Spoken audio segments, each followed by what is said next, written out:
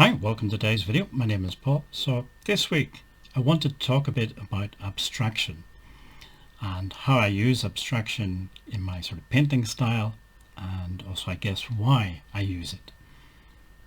So on screen you can see a couple of examples of the type of art that I produce a lot of. So on the left the sort of charcoal landscape, and then on the right the watercolor landscapes.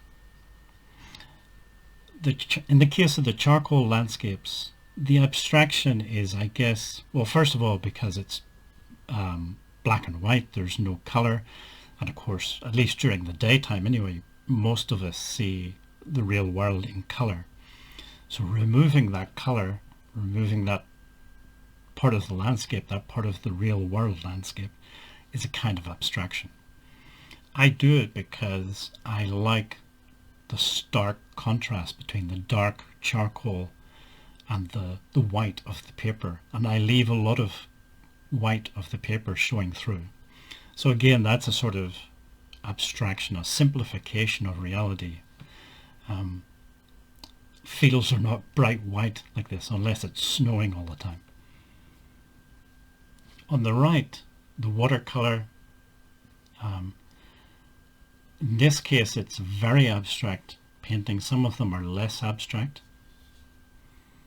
For example, with this painting, if I turned it 90 degrees on its side, I'm not sure that people would recognize it as a landscape. I think they just see it as a piece of abstract art.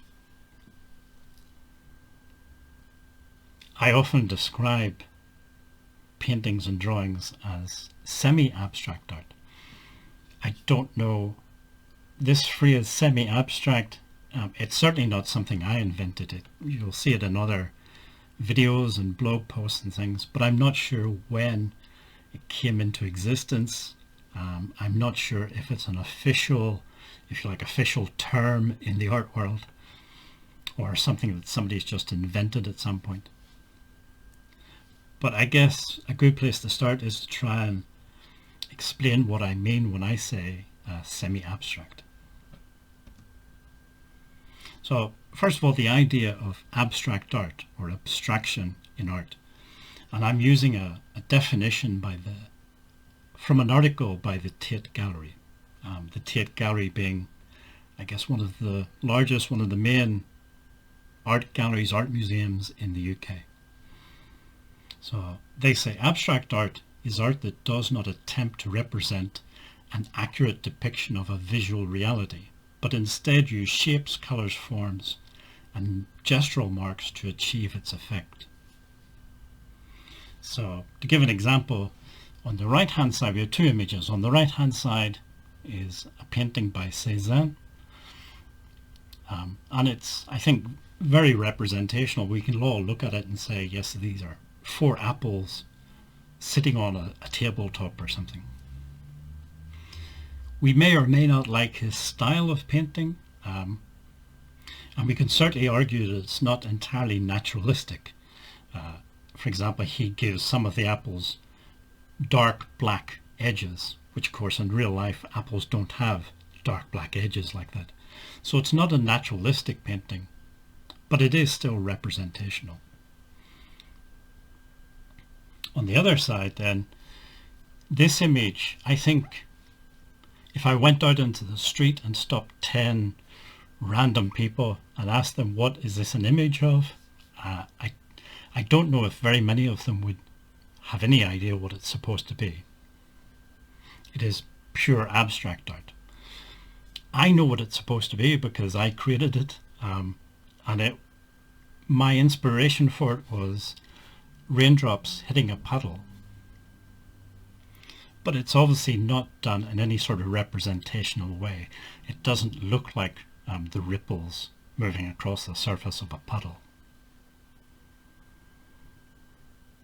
So a lot of people will divide painting into these two sort of binary groups. It's either abstract art or it's representational art. I don't really see it that way. I see it more as a spectrum or a continuum. So this bottom part, again, over on the left hand side we have the red part, the abstract art, and on the right hand side the blue, the representational, the purely representational art. But I think there's an area in the middle, a sort of purple zone, if you like, which is the semi-abstract painting. So maybe if I give a couple of examples, it'll help to show in my head, what I think of when I think of the term semi-abstract.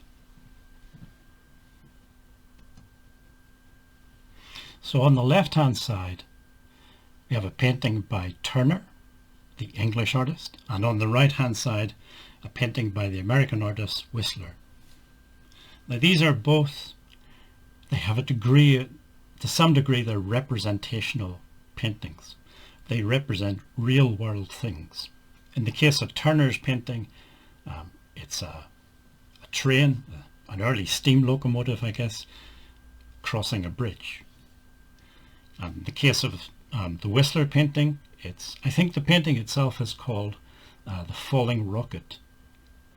So it's one of his nocturne paintings, and I guess in this case it's a painting of fireworks. But in both cases, both paintings, although they're representing real-world events, they have quite a lot of abstraction within the painting. A lot of the paint doesn't necessarily represent the real world. It's used in a somewhat abstract way. At least that's the way I see things. Another example of how abstraction might work in a sort of practical way from an artist's point of view, abstraction can often mean sort of simplifying things. So for example, if you painted like a painting on the right, a monochrome painting, in many ways it's easier because you don't have to worry about colors. It's still representational, people still see it as a landscape, but it's obviously no longer, it's certainly not naturalistic, and it's no longer purely representational because most of us don't see the world in sort of monochrome way, and certainly not during the daytime. So it is a kind of abstraction. So sometimes just simplifying things, just removing all color and reducing things down to just the value levels is a kind of abstraction. Other examples could be, again, if you're painting a landscape and you have a complex group of bushes, trees and things with leaves, rather than painting each individual leaf on the tree and the bushes, you might just represent it as a kind of solid block of paint with a few highlights and a few shadow areas, but you're simplifying, you're abstracting it in a way to make it easier to paint, also to make it easier, I think, for the viewer to read the painting and to understand what's happening. Sometimes too much information, if, like for example, drawing every single leaf on a tree, apart from maybe going mad as the artist, I think the viewer, it's maybe too much information, information overload kind of thing. So sometimes abstraction and simplifying is a good way of just making a painting easier to read maybe.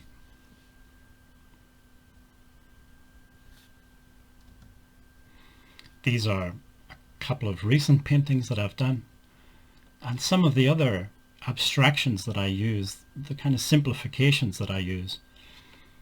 For example, the color scheme. My color scheme is absolutely not a naturalistic color scheme. I reduce everything down to basically two colors, yellow and blue.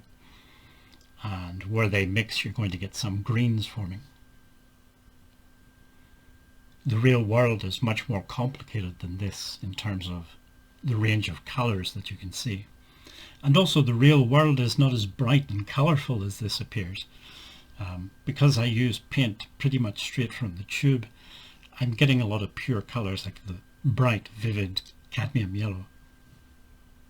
The real world is often not as bright and colorful as this.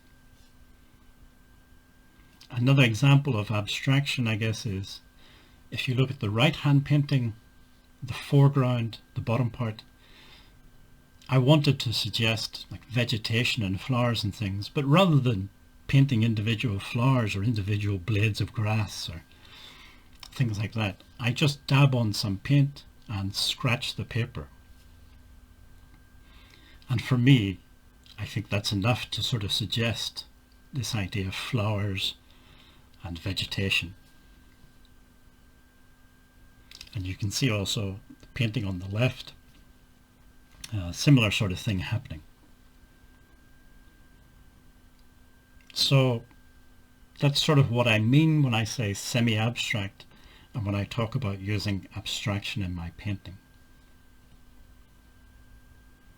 Other people may have different ideas about what abstraction is, and that's fine, because this is art. It's not science as such, and I'm not trying to put down art in any way here, but I think coming from a background of science, I think science has much more rigorous definitions of terminology and things. Sometimes in art there's a bit of leeway with what exactly something means. So different people may have different definitions of what abstraction is in a painting. But anyway, as I say, hopefully this video helps to explain how I think of abstraction. So in future videos when I talk about abstraction, it's maybe easier to understand what I mean. In terms of why I use abstraction, I think the first thing is I really enjoy painting in this style. And I've said before many times, I think painting has to be fun. If painting becomes a chore, I don't want to put anybody off doing art, but I think if painting becomes a chore, is it worth doing? I'm not sure. I think it has to be an enjoyable process. At least some of the time. There will be times when it's a difficult process, but overall it should be an enjoyable thing, something. It may be challenging, but at least you get some sort of satisfaction from it. So that's the first thing. I paint this way because I really enjoy painting in this style. I also found that I made more progress sort of doing these simplifications and adding in this abstraction. Initially, when I started with watercolor, I tried doing it in a more naturalistic way, and a lot of, you'll see on YouTube, for example, a lot of watercolor artists using layers and things like this. And I tried it that way, and I found it didn't work for me. Whereas this more direct style, painting wet in wet and using lots of abstraction, it just works better for me. It suits my personality better, I guess.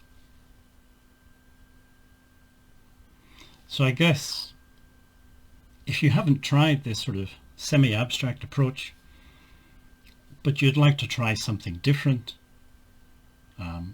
it's worth having a go. You have nothing to lose, really, and you might find that you really enjoy it. That was the case for me. Okay, if you made it this far in the video, thank you for watching. I hope the video made some sort of sense, and hopefully see you in the next video.